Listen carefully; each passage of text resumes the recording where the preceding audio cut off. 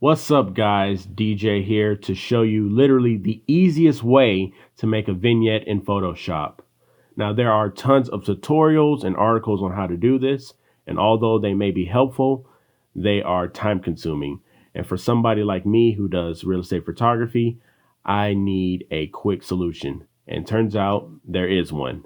All you have to do is go up to Filter, hit Camera Raw Filter, go over to FX right over here, go down to post crop vignetting, slide that to the left to your liking. Right around there is fine with me. There's also a white vignette, but I don't see any use for that. But for the traditional Instagram look, you slide that to the left and you hit OK. And ta-da, there it is. Just that simple.